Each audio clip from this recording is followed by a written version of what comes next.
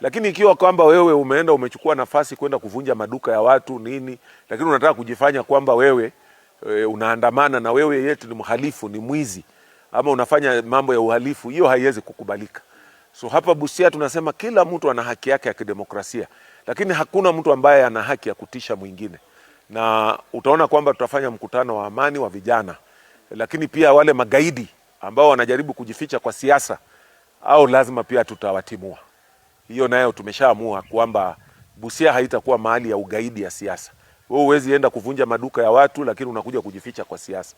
Unaenda unafanya uhalifu, unaenda kuattack police station, unazuia polisi kufanya kazi yao, unapatana na shida kule, lakini unakuja kujificha kwa siasa.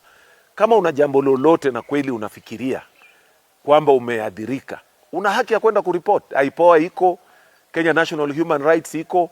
So uende pale useme labda hii shida ulipata vipi. Na hao ndio watu tunasema wanafaa wapewe kupewa hiyo ridhaa ama kufidhiwa kwa kulingana kwamba labda walidhulumiwa wakifanya haki yao ya kidemokrasia. Lakini kama ulikuwa unafanya uhalifu, nayo mimi nakuambia jamii ina haki ya kujilinda, wananchi wana haki ya kujilinda, na polisi lazima pia walinde mali ya watu na maisha ya watu. So hatutakubali magaidi kujificha katika siasa. Hiyo na tunajuana vizuri. Na hapa Busia haitakuwa pali ya magaidi. That one nakuambia hapana. Mababu zetu hawakukubali na sisi pia hatutakubali. Kwamba wewe unaweza tishia watu wakifanya demo. Wewe unataka uwe na haki ya kwenda kubomoa maduka ya watu. Lakini wale watu wanafanya mkutano yao ya kawaida, wewe unaenda kuwatisha. Unawatisha kama nani? So hiyo hatutakubali. Polisi wafanye kazi yao, lakini pia mimi najua wananchi wa Busia wameshaamua watafanya kazi yao.